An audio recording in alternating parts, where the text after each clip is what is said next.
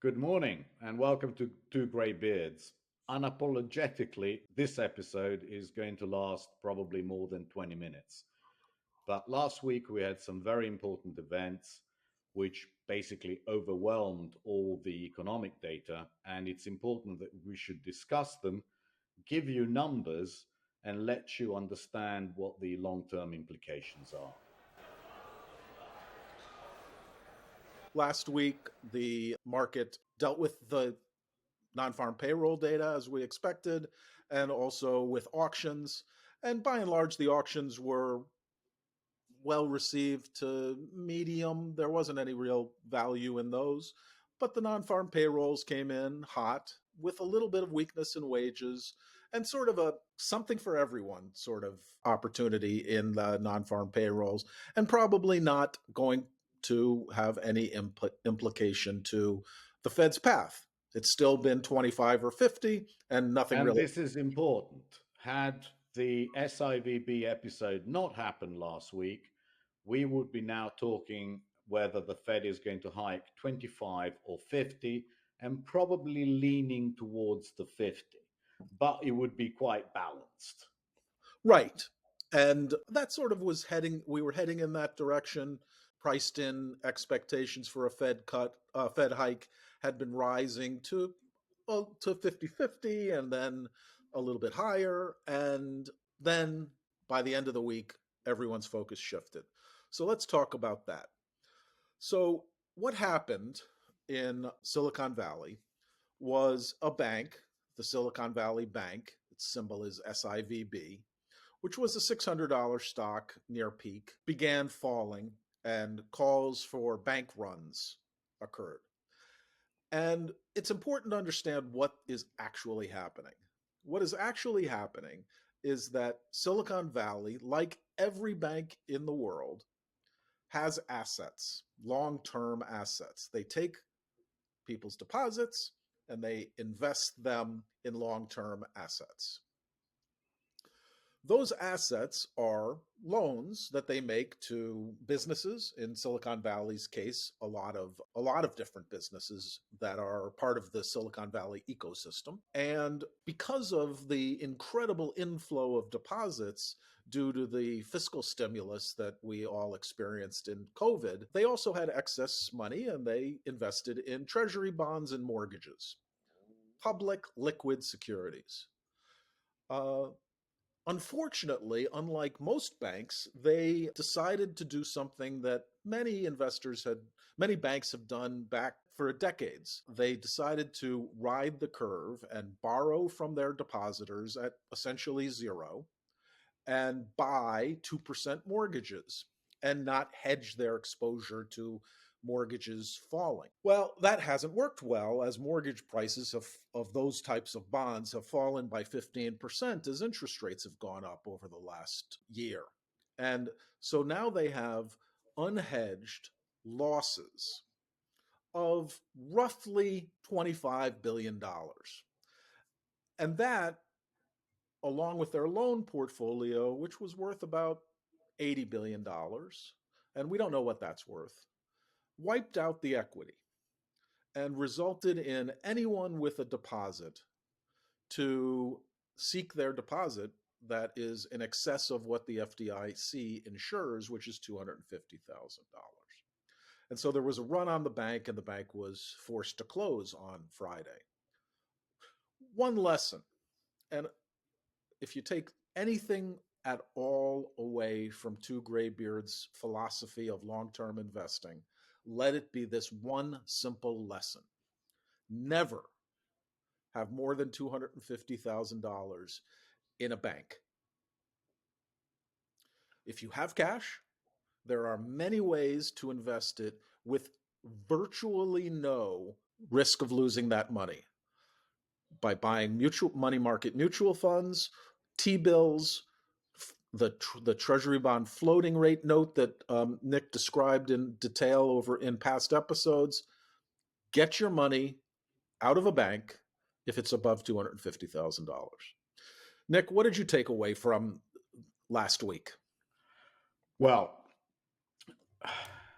As a trader, I've seen these episodes many times, all the way throughout the 80s and into the 90s, what with long-term capital, and before that, the S&L crisis and continental Illinois going back to 1984. Just shows you my age. The one thing that we all know is that when a risk-off event like this happens, it absolutely distorts the pricing of bonds for a certain period of time, which is normal because flows have to happen. But the one thing that I found incredible is that these people at SIVB were not hedging their interest rate exposure via doing swaps. They were basically buying mortgages and treasury securities and running them at a what is it, 10-to-1 leverage ratio, unhedged.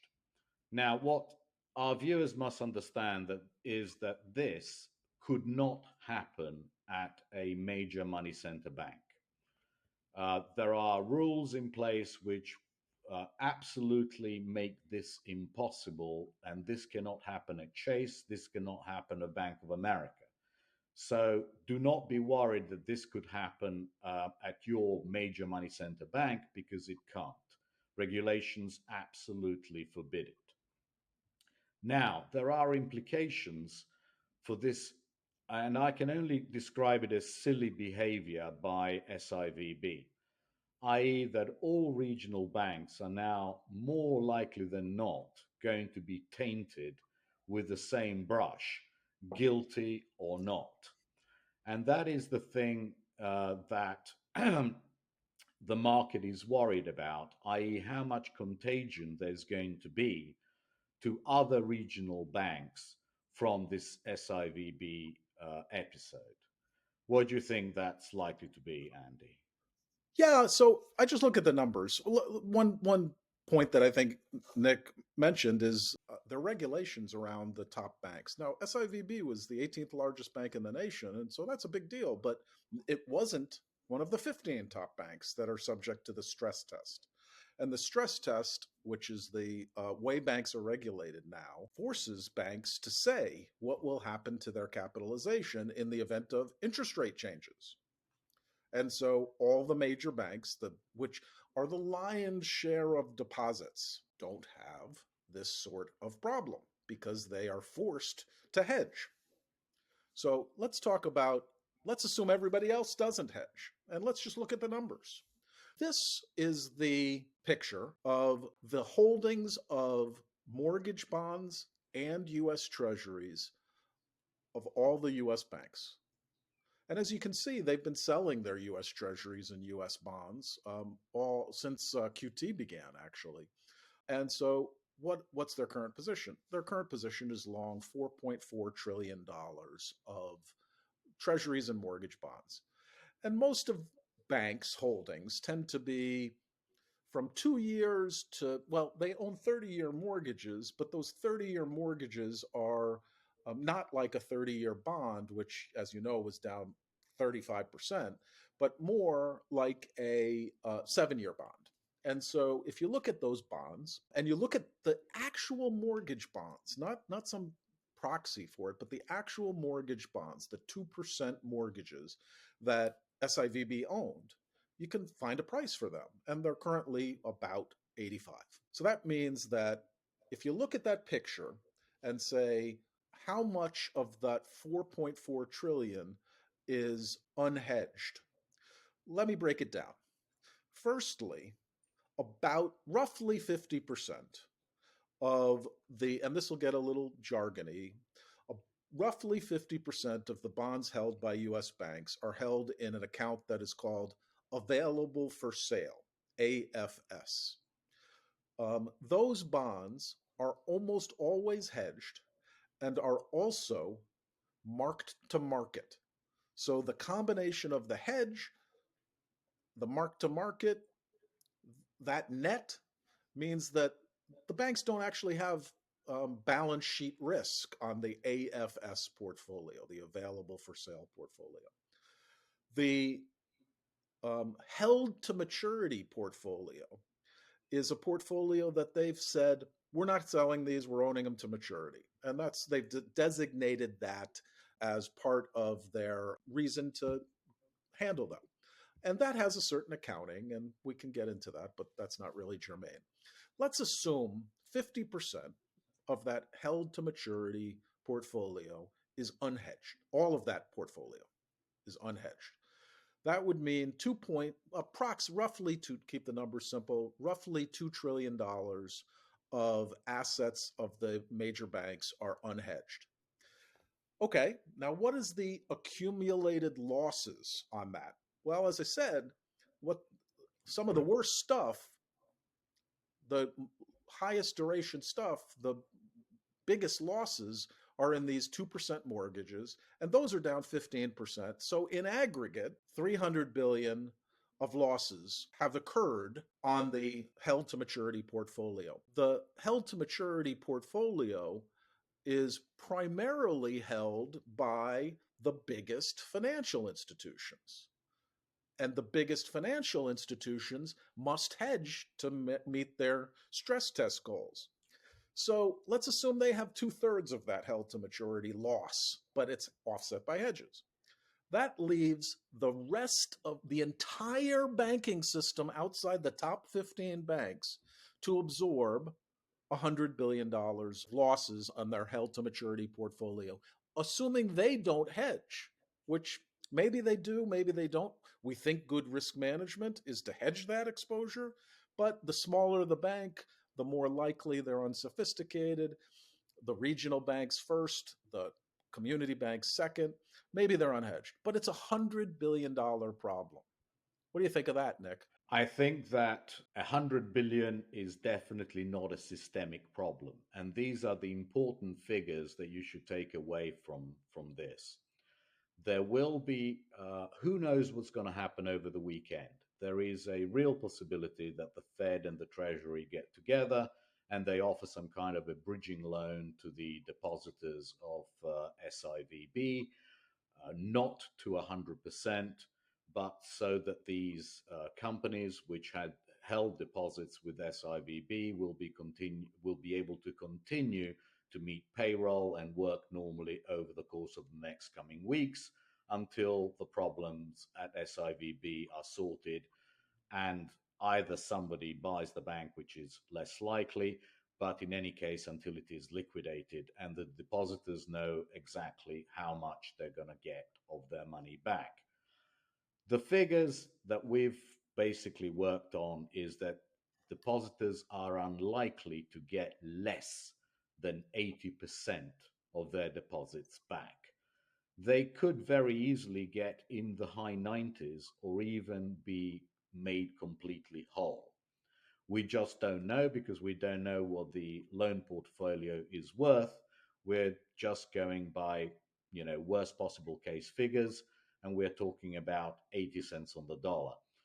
And that really is not a big problem. It's not a systemic problem. It's a problem for the depositors at SIVB, but it's not really a systemic problem in the banking system.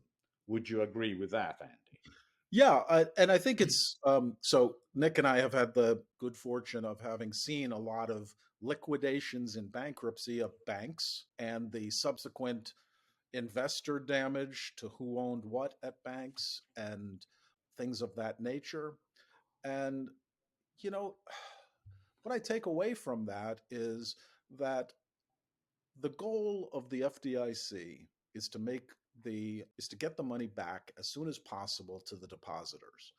And so the good thing about SIVB is their portfolio is fairly basic. We're not talking about long-term capital. When that unwound and there were tremendous counterparty risks of the bankruptcy of that entity, we're talking about a bank that owns some bonds and some loans. And my view is that the FDIC started this process on Thursday or Friday and went to Jamie Dimon and maybe some guys in the Valley and said, we'd like to make the depositors whole. Would you like the franchise that is SIVB, Silicon Valley Bank? you can have it. All you have to do is make the depositors whole, these uninsured depositors, which, by the way, were 97.5% of the deposits at SIVB were uninsured, which is very, very unusual. A regional bank may have 60% of its portfolio with uninsured depositors. Oh, sorry, insured depositors. So there was a lot of issues with that particular bank. But the FDIC went around to the logical people, Warren Buffett, anybody you can think of, and said, make the depositors whole. And this branch network, the employees, all the assets are yours for nothing. But And, everyone walked away. and no one wanted that. So it makes me worried that the depositors will get all their money back. Yeah. The numbers that Nick and I have gone through, the $100 billion of held to maturity bonds that they own, marked down 15% is, wipes the equity out. And then you have the loan portfolio, which I don't know what it's worth. The loans are to recent startups in the Valley that probably haven't even spent the cash yet. And so are money good. And frankly, the money's probably in their deposit. Or, longer term loans to, tech broadly. Is it worth 50 cents on the dollar? That seems super conservative. And that's how you get to our 80% deposit rate. But it's a big number. And so whether it's 50 cents on the dollar, at 75 cents on the dollar on those loans, it's possible that the depositors get all their money back. But I would bet somehow that they're going to get Jamie didn't 90%. Yeah, but somehow Jamie didn't, and the other people looking to buy this thing just wouldn't pay 100% on the dollar. Yeah. So we'll And see. that's why I think it's 90. The number 80 seems to be very conservative. 100 seems unlikely because everybody walked away from the deal. So something around 90% seems to be the most likely number, which is not a disaster for anyone, I, including Roku, who had 400 million of deposits in there. But those are tiny details. What we're trying to tell you is that this problem will be solved over the course of this weekend or over the course of next week. 100%. It's got the depositors will have a significant amount of their money provided by either an outright asset sale over the weekend of a significant portion of their liquid assets. People even say some of that happened on Friday. We don't know. Or some sort of deal with some sort of person who wants to acquire the deposits at the assets at a certain rate, not 100%. And that's a big deal, that the depositors will have their money. Because if the depositors have their money, the economy is relatively unaffected. Paychecks will go through. All the various things that these people who are depositing money have will be able to be satisfied. And yes, in aggregate, there may be a 10% loss on those deposits. And what's the total deposit base? Yeah, it's $179 billion. So you're talking about, listen, $18 billion $18 is billion, the loss. not nothing. It's certainly, but so it's going to have an effect. But that's the point. If you're investing in a bank, if you put your cash in a bank, it's important that from a system-wide perspective, that if you put more than $250,000 in a bank, you have to be willing to absorb risk. Absolutely. But now let's have a look at what the implications are for the other regional banks. I would have thought that there will be a contagion effect to the other regional banks for a long time to come. A lot of people will start moving their deposits around out of regional banks and into main money center banks. You saw the way the stock market traded on Friday. One of the only stocks that was up was actually JP Morgan. So a lot of the money will be moving from these regional banks. Andy, would you be buying the regional bank index at the moment? Because I don't think I would. I think this is going to be a long lasting problem, even if there is a 5% bounce, 10% bounce on Monday, Tuesday, or Wednesday. Sure. So the answer to that is no, but not for necessary, and for the same subtle reason that Nick just described, not for the panic reason that we've outlined. The regional banking system, assuming it is unhedged, has $100 billion of losses to experience. And that is not a reason to run away from the regional banks. As an investment or even as a depositor, what it but at the same time, one has to judge whether there's value in holding your cash. Again, to me, when I look at a regional bank, I say if they have deposits of 250,000 or less, and it's convenient for someone to, who may have their mortgage at a regional bank or may have, high degree of local branches, it's reasonable they stay. But the wholesale use of regional banks is probably going to be at risk. Anything over 250,000 is likely to be diversified, even though there's no reason to panic. There's also no reason to stick. And so I think And I think that this is exactly the problem with investing in a regional bank at the moment. They are probably going to be forced to deleverage as deposits move, and they are also going to have very poor growth rates in the future. As an investor, as a long term investor, I cannot see the value in owning them anymore.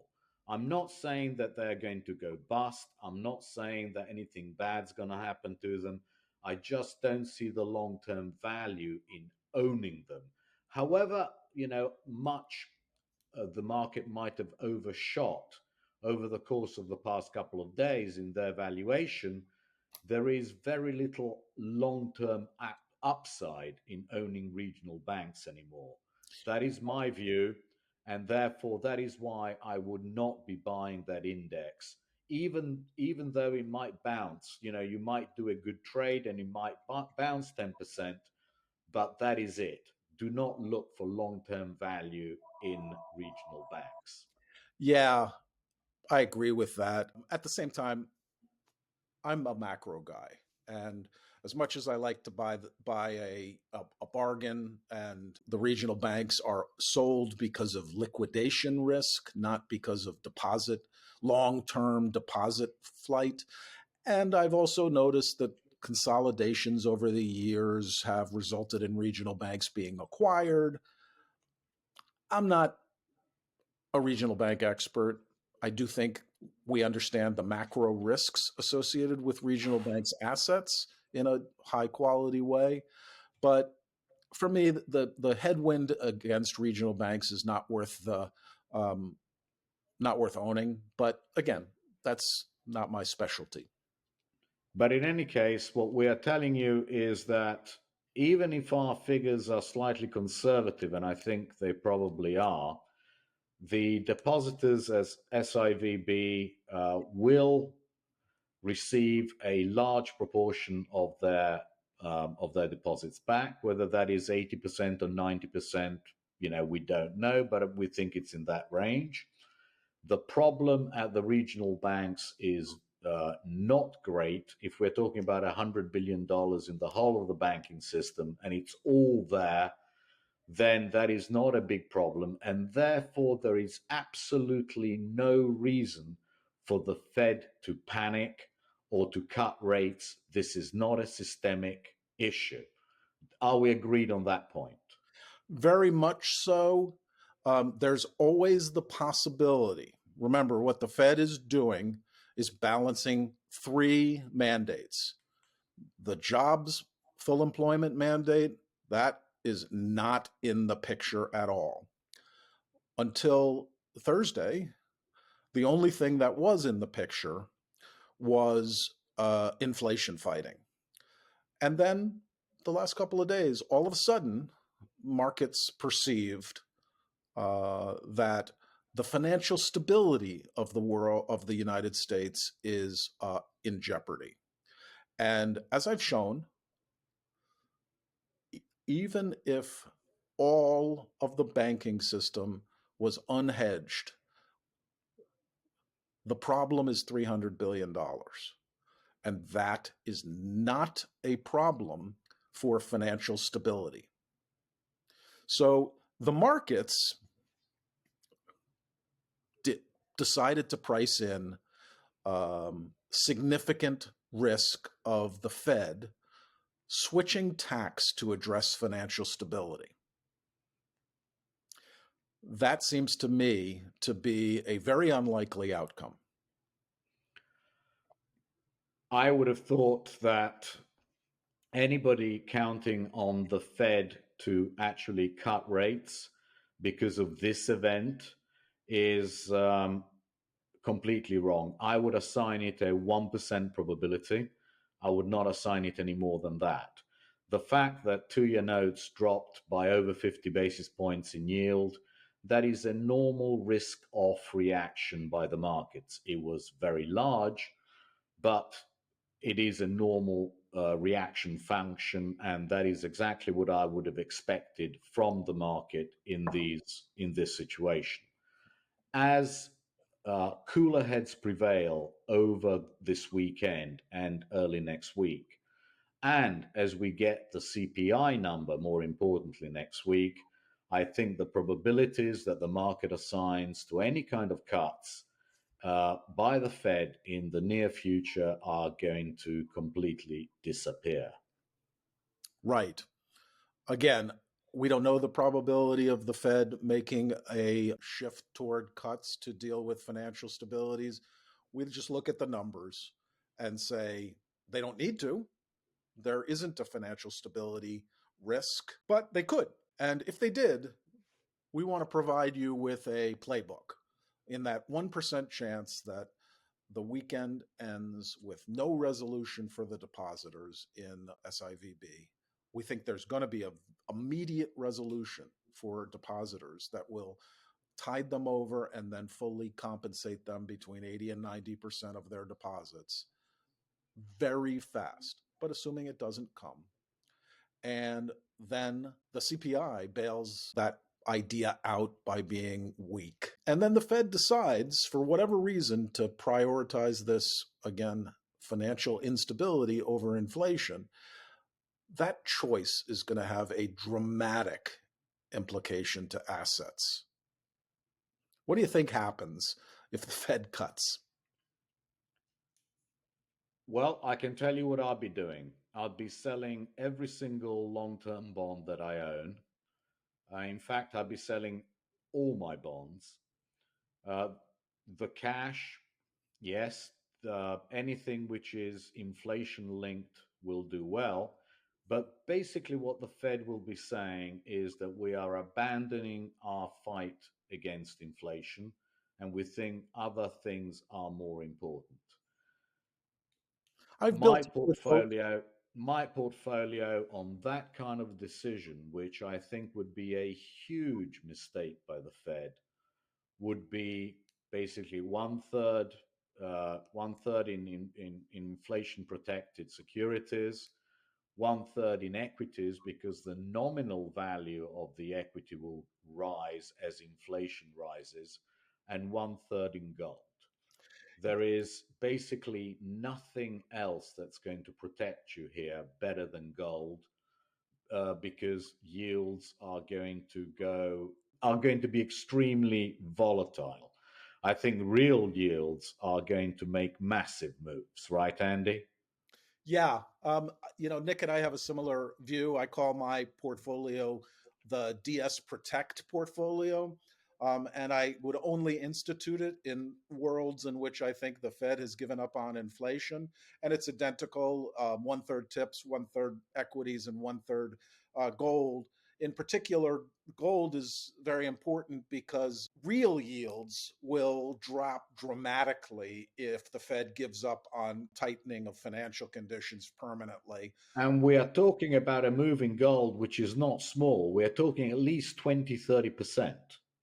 Yeah. Because It's possible. I mean, anyway, this is the circumstance where the Fed gives up on its inflation mandate, is the circumstance where a portfolio like DS Protect and like Nick's portfolio of a third gold, a third stocks, and a third and no nominal bonds and a third tips is the way to own. The dollar, presume, though other countries will have similar problems, the dollar will get crushed. Yes. The dollar will get absolutely crushed, and that will help gold as well. So, really, if you wanted to speculate, you'd go 100% in gold. That's not what we do, but really, nominal equities are going to be fine. They're not going to be great performance. Tips are going to be great, and gold is going to be an absolute screamer of a performer. Right. And I think the reason why you own equities, remember, let's step back. We're talking about the 1% chance that the Fed decides to give up on inflation. The reason why you want to own equities in that circumstance is both they are not, because they're a nominal asset, and because this actually can be a fairly good environment for growth. So it's just really, really bad for nominal bonds. And so that's what, so let's talk about what happens. So if the Fed does do something that we don't expect, and that markets do expect, by the way, markets are pricing a potential for a rate cut to deal with recessions because of the thought that this is a systemic problem. So the markets are pricing that. What happens if we get that? And for our view, we're going to provide you with an emergency episode of this program. But to cut to the chase, we'll be selling every bond we have, every nominal bond we have. We'll be buying gold, increasing our gold exposure. Our equity exposure is actually at our target. And we'll be modestly increasing our inflation-linked bonds, which is also something we own already. So basically, it's out of bonds into gold. And cash will be trash again. Right. You don't want to own any cash. You want to own gold instead of cash. Right. We'll be 100% invested out of nominal cash. Tips cash, short-term inflation-linked cash, fine. But nominal cash, meaning cash, and nominal bonds gone, wading into gold and tips. But just to be clear, that's the 1% circumstance. What do you think happens next week in reality? Like, what do we think is going to happen? Well, we have CPI. And to me, the only question is, does the Fed move 25 or does the Fed move 50? Unless CPI is a very high figure, i.e. 0.5 or higher, with revisions higher as well for the previous months, I think the Fed, given the current raw situation, let's call it, in the markets, is probably justified in moving 25. And that's not going to happen till the week after. But in any case, if the market continues next week to be weak, I would, and certainly very strong in bonds, I would have no problem with getting rid of all the bonds that we own. I just think the market is way ahead of itself. And even if the Fed were to cut, I'd want to sell bonds. Right. So I'm a seller of bonds, whatever happens. So that makes sense to me, Andy. We should be selling our bonds, and we should be just waiting for what happens during the Fed meeting the next week. Not forgetting the next week we have ECB as well, and I would bet that they've pre-announced the 50 hike, but I would bet that they will also talk hawkish, and the market, even in the US, will start coming back to its senses. Right. So as a positioner, I agree. In terms of what happens next week in reality, the first thing we would expect is there's some resolution of the FDIC situation in SIVB. And we think it may happen before the opening, and that may result in an equity rally. If it doesn't happen before the open, the equity market is likely to be soft. But it will happen this week. There will be resolution on SIVB. the FDIC will liquidate the portfolio, arrange a buyer, any of the things that will guarantee whatever they're going to get to the depositors. And then there will be a continued concern about regional banks, which we think is overblown and we're not a short seller of, but the situation doesn't look good. But nothing to panic about. So then we'll be back to, by Monday evening, we'll be back to CPI time. And that will have the reaction function that if this SIVB thing had never happened, or now that it has happened and been resolved, we'll be back to Fed as usual, which to me has a significant implication. In the event that the SIVB thing is resolved and the Fed doesn't do anything panicky ahead of the meeting, I think 2-year notes are very vulnerable. Yeah, the curve did react in as I expected it to react, i.e., it steepened considerably. That steepening might be taken out ahead of CPI or on CPI if it's strong, but that is not really what is significant to me. To me, the fact that bonds are now in dangerous land means that we should sell them whatever whatever happens. Right. What happened to our? We were short calls on TLT, out of the money calls on TLT that went in the money, right? That's correct. We were called away on 100 shares of TLT, which I don't have a problem with, but all we have left, we switched 100 shares of IEF into gold, and we are left with 100 shares of IEF, which I would leave an offer above the market or sell a call, because at these levels, I see zero value in holding 4, 5, 6 year duration paper. I'd much rather hold cash and then be able to react very quickly. And should the 1% chance that the Fed does something stupid like cuts rates, then we can buy gold like crazy. Sounds good. What about stocks? Stocks, I'm in two minds about. I think they're getting to reasonable levels, but I don't think, as you said, there is a very good chance that on Monday, rather than resolution, we still have nothing. Resolution comes 2, 3 days later, and the market just continues to bleed on Monday and Tuesday, and CPI is bad, and bonds go up in yield, and the stock market really takes fright that the Fed's going to do too much. All sorts of things are possible, but I'd be a better buyer at better levels. Right. So on resolution, the stocks rally on Monday.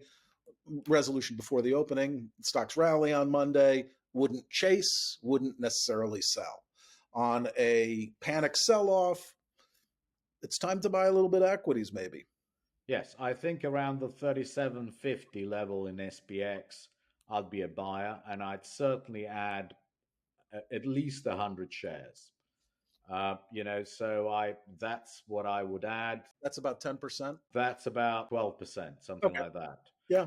So we would go to 42% in equities, and I would like that. At that level, I would have absolutely no problem with that.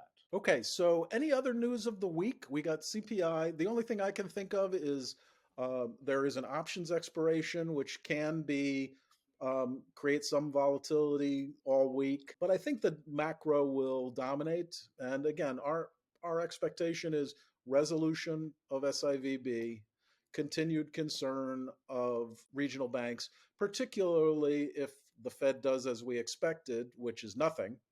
Which will, exacerbate concerns. But the concerns are overwrought given the potential losses. And so while trading the banks is not a goal, the overall market will deal with that uncertainty and probably is looking for the Fed to do something and may be disappointed if they don't. We'll use that as an opportunity, as Nick said, on the large sell-off. And owning bonds doesn't make sense. Absolutely agree. So we'll place some sell orders in IF. We'll place some buy orders in the S&P, and that's really all we can do ahead of CPI. And after that, we just have to wait for the Fed's decision. But we have a playbook. If they decide to cut at any stage between now and the Fed meeting, we get out of all bonds and we buy gold like crazy. Yep, I agree. Thanks for watching. Thanks for watching, and we'll be with you next week.